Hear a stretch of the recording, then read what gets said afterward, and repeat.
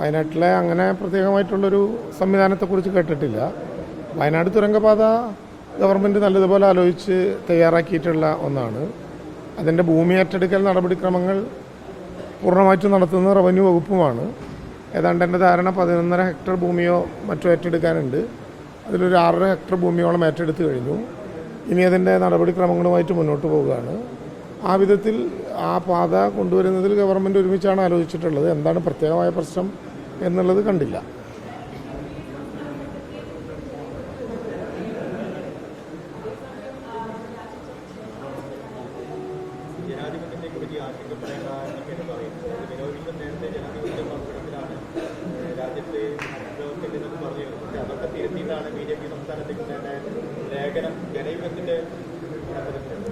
സംവാദങ്ങൾക്ക് എപ്പോഴും അടച്ചുവെച്ച ഒന്നാകണം എന്നാർക്കെങ്കിലും അഭിപ്രായമുണ്ട്? എനിക്ക് അങ്ങനെ തോന്നുന്നില്ല.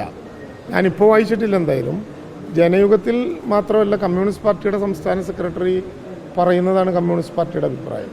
അത് പാർട്ടി രാജ്യവ്യാപകമായിട്ട് ജനാധിപത്യ ധ്വംസനങ്ങൾക്കെതിരായി ഉയർത്തിപ്പിടിക്കുന്ന ഒരു നിലപാട് തന്നെയാണ്. അതിൽ വേറെ ആരെങ്കിലും അഭിപ്രായം പറഞ്ഞാൽ ആ അഭിപ്രായം അങ്ങ് മാഞ്ഞു പോകുമോ? ഞങ്ങളെ തിരുത്താനൊന്നും BJP അല്ല ഒരു രാഷ്ട്രീയ പാർട്ടി ആയിട്ടില്ല.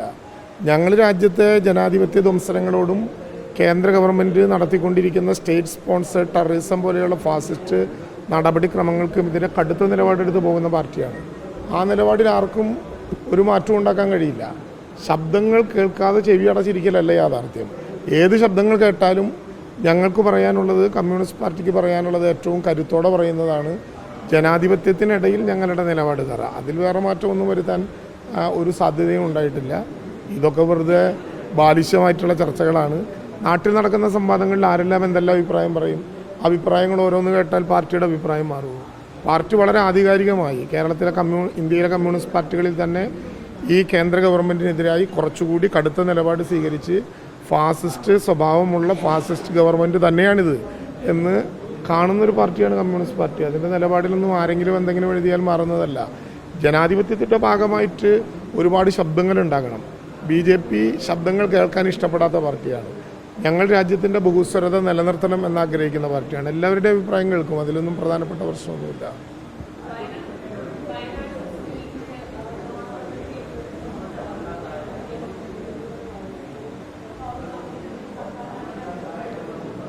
അല്ല, ഞാൻ പറഞ്ഞത് ഗവൺമെൻറ് എന്തായാലും ഒരു നിലപാട് ഇപ്പോൾ എടുത്തിട്ടില്ല. ഗവൺമെൻറ്റിനെതിരായിട്ട് ഇത്തരം ആരോപണങ്ങൾ ഉന്നയിക്കുന്നത് എന്തിനാണെന്ന് ഞങ്ങൾക്ക് മനസ്സിലായിട്ടില്ല. TLB താലൂക്ക് ലാൻഡ് ബോർഡ് അവരുമായി ബന്ധപ്പെട്ട വിഷയങ്ങളിൽ കേസെടുക്കുകയും നോട്ടീസ് അയക്കുകയും ചെയ്തിട്ടുണ്ട് എന്ന് നേരത്തെ മാധ്യമങ്ങൾ പറഞ്ഞു. താലൂക്ക് ലാൻഡ് ബോർഡ് റവന്യൂ വകുപ്പിൻ്റെ ഒരു പ്രത്യേകമായിട്ടുള്ള ബോഡിയല്ല. അതൊരു സെമി ജുഡീഷ്യൽ അധികാരമുള്ള ജുഡീഷ്യൽ അധികാരമുള്ള ഒരു ബോഡിയാണ്.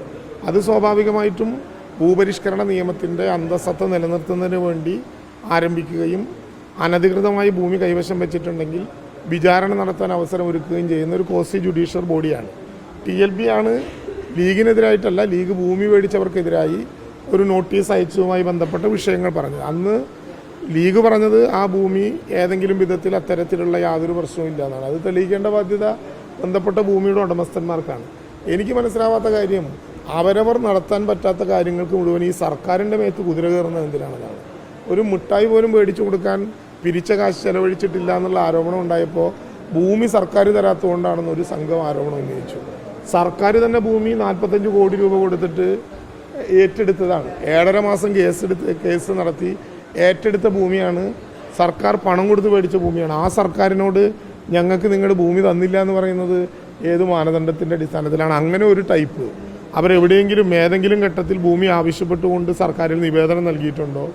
ഏതെങ്കിലും ഘട്ടത്തിൽ സർക്കാർ അങ്ങനെ തരാമെന്ന് പറഞ്ഞിട്ടുണ്ടോ? ഇതൊന്നും ഉണ്ടായതായിട്ട് ആർക്കും അറിയില്ല. എന്നിട്ടും പിരിച്ച കാശ് സംബന്ധിച്ചിട്ടുള്ള തർക്കം ഉണ്ടായാൽ നേരെ സർക്കാരിൻ്റെ നെഞ്ഞത്ത് കയറേണ്ട ഒരു കാര്യമില്ല. ലീഗിൻ്റെ ഒരു വാർത്ത ഞങ്ങൾ കേട്ടു. ഞങ്ങളെ കുറച്ചു കാലം ഇങ്ങനെ ചില തടസ്സങ്ങൾ, നിയമ തടസ്സങ്ങൾ ബോധപൂർവം സർക്കാർ വരുത്തിയ. സർക്കാർ ആർക്കും ഒരു നിയമ തടസ്സം ഉണ്ടാക്കിയിട്ടില്ല. കേരളത്തിലെ ഈ ഗവൺമെൻറ് 410 പേർക്ക് വീട് വയ്ക്കാനുള്ള എൽസ്റ്റൈൻ എസ്റ്റേറ്റിലെ ഭൂമി ഏറ്റെടുക്കാൻ തന്നെ 7.5 മാസക്കാലത്തോളം കോടതിയിൽ കേസ് നടത്തേണ്ടി വന്നു. ആ കേസ് നടത്തുന്നത് കാണാതെ സർക്കാർ മനഃപൂർവ്വം വൈകിപ്പിച്ചതാണെന്ന് പറഞ്ഞവർ ഏത് കേസാണ് സർക്കാർ ഏറ്റെടുത്തതെന്ന് പറയാനുള്ള ഉത്തരവാദിത്വം അവർക്കുണ്ട്. ഞാൻ ഈ കാര്യങ്ങളിലൊന്നും ഒരു തർക്കത്തിന് തയ്യാറാകുന്നില്ല. കേരളം ഒറ്റ മനസ്സായി നിൽക്കേണ്ടതാണ്. വയനാട് പുനരധിവാസം, കേരളത്തിലെ ഗവൺമെൻറ് ആ പുനരധിവാസത്തിൽ പറഞ്ഞ കാര്യങ്ങൾ അതുപോലെ തന്നെ നടപ്പിലാക്കും. 2025 തന്നെ പുനരധിവാസത്തിന് ആവശ്യമായിട്ടുള്ള വീടുകൾ പൂർത്തീകരിക്കുന്ന വിധത്തിലുള്ള നടപടിയുമായി മുന്നോട്ട് പോകും. പാർട്ടി സെക്രട്ടറി വീണ്ടും പാർട്ടിക്കുള്ളിൽ വിഭാഗീയത വെച്ചുകൊടുക്കില്ലെന്ന് CPIന്റെ ജില്ലാ സമ്മേളനങ്ങളിലൊക്കെ ചെറിയ ചെറിയ അമർഷങ്ങളും പ്രശ്നങ്ങളൊക്കെ ഉണ്ടായിരുന്നു. എന്താണ് ഇപ്പോൾ പ്രധാനമായിട്ടും ഇങ്ങനെ ഒരു പരാമർശം വീണ്ടും നടത്താനുള്ളൊരു കാരണം? നിങ്ങളുടെ നിരാശ എനിക്ക് മനസ്സിലാവും. പക്ഷേ എൻ്റെ മുമ്പിലുള്ള പ്രശ്നം കമ്മ്യൂണിസ്റ്റ് പാർട്ടിയുടെ സംസ്ഥാന സെക്രട്ടറി ഇപ്പോൾ വിഭാഗീയത വെച്ച് ഉറപ്പിക്കില്ല എന്ന് പറഞ്ഞു. അപ്പോൾ എന്തെങ്കിലും വിഭാഗീയത കൊണ്ട് നടക്കാമെന്ന് അദ്ദേഹം പറഞ്ഞിട്ടുണ്ടോ? ഞാൻ കേട്ടിട്ടില്ല. സ്വാഭാവികമായിട്ടും 14 ജില്ലാ സമ്മേളനങ്ങളിലും സൂക്ഷ്മദർശിനി വെച്ച് പരിശോധിച്ചിട്ടും ഒന്നും കിട്ടിയിട്ടില്ല എന്നുള്ളതിലൊരു നിരാശ ഞങ്ങൾക്ക് പ്രത്യേകിച്ച് മനസ്സിലാകും. ഇത്തവണ നിങ്ങൾക്കൊരു പ്രധാനപ്പെട്ട പ്രശ്നമുണ്ടായിരുന്നു. CPMൻ്റെ സമ്മേളനങ്ങൾ നേരത്തെ കഴിഞ്ഞതുകൊണ്ട് ആക്രമിക്കാൻ ഞങ്ങൾ മാത്രമായി. അപ്പോൾ കുറച്ചുകൂടി ശക്തമായിട്ടുള്ള സൂക്ഷ്മദർശിനിയായിട്ടും വെച്ച് നോക്കിയിട്ടുണ്ടാവുക. ഏത് ജില്ലാ സമ്മേളനത്തിലാണ് വിഭാഗീയത ഉണ്ടായിട്ടുള്ളത്? കമ്മ്യൂണിസ്റ്റ് പാർട്ടിക്ക് ഒരു ഭരണഘടനയുണ്ട്. ആ ഭരണഘടന ജനാധിപത്യത്തിൻ്റെ എല്ലാ അവസരങ്ങളും എല്ലാ പാർട്ടി അംഗങ്ങൾക്കും മുമ്പിൽ തുറന്നു കൊടുക്കുന്നതാണ്. വിഭാഗീയത അനുവദിക്കില്ല എന്ന് ഒരു പാർട്ടി സെക്രട്ടറി പറഞ്ഞിട്ടുണ്ടെങ്കിൽ തന്നെ അതിൻ്റെ അർത്ഥം എന്താണ്?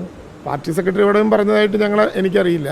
വിഭാഗീയത എന്ന വാക്കിൻ്റെ അർത്ഥം തന്നെ എന്താണെന്ന് പറഞ്ഞാൽ മനസ്സിലാകും. കള്ളത്തരം വെച്ച് പൊറപ്പിക്കില്ല എന്നൊരാൾ പറഞ്ഞാൽ അതൊരു തെറ്റാണെന്ന് പറയാൻ പറ്റുമോ? പാർട്ടിക്കകത്ത് ശരിയായി നടക്കാത്ത എന്തെങ്കിലും നടന്നാൽ അനുവദിക്കില്ല എന്ന് പറഞ്ഞത് ഒരു തെറ്റായി കാണാൻ പറ്റുമോ? തൽക്കാലം ഇതിലൊക്കെ സംതൃപ്തരാവുക.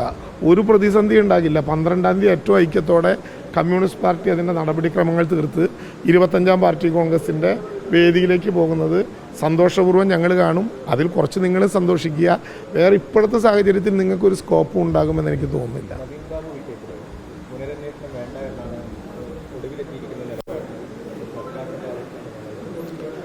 കോടതി പറഞ്ഞ അഭിപ്രായ പ്രകടനമല്ലേ? നവീൻ ബാബുവുമായിട്ട് ബന്ധപ്പെട്ട വിഷയത്തിൽ കൃത്യമായിട്ടുള്ള അന്വേഷണവും അതിൻ്റെ നടപടിക്രമങ്ങളും പോകുന്നുണ്ട് എന്നാണ് എൻ്റെ കൃത്യമായ ധാരണ. അത് ആ വിധത്തിൽ പോകട്ടെ. അതിൽ എൻ്റെ നിലപാടും റവന്യൂ വകുപ്പിൻ്റെ നിലപാടും നേരത്തെ തന്നെ കൃത്യമായിട്ട് നേരിട്ടും ഫയലിൽ ഞങ്ങൾ എഴുതിയിട്ടുള്ളതാണ്.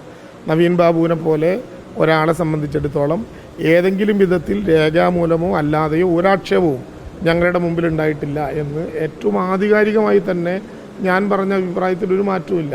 നവീൻ ബാബുവിനെ സംബന്ധിച്ച് മരണത്തിന് മുമ്പോ ശേഷമോ സംശയിപ്പിക്കുന്ന വിധത്തിൽ ഏതെങ്കിലും അഴിമതി ആരോപണങ്ങൾക്ക് വിധേയമാവുകയോ കൂട്ടുനിൽക്കുകയോ ചെയ്തതായിട്ടുള്ള ഒരഭിപ്രായവും ഇല്ല എന്ന് മരണത്തിൻ്റെ മണിക്കൂറുകൾക്കകം ഞാൻ പറഞ്ഞിരുന്നു. ആ അഭിപ്രായം തന്നെ ഇപ്പോഴും എപ്പോഴും പറയുന്നു. കാരണം അതല്ലാതെ മറ്റൊന്നും ഞങ്ങളുടെ മുമ്പിലില്ല. ആ അഭിപ്രായത്തിൽ ഉറച്ചു.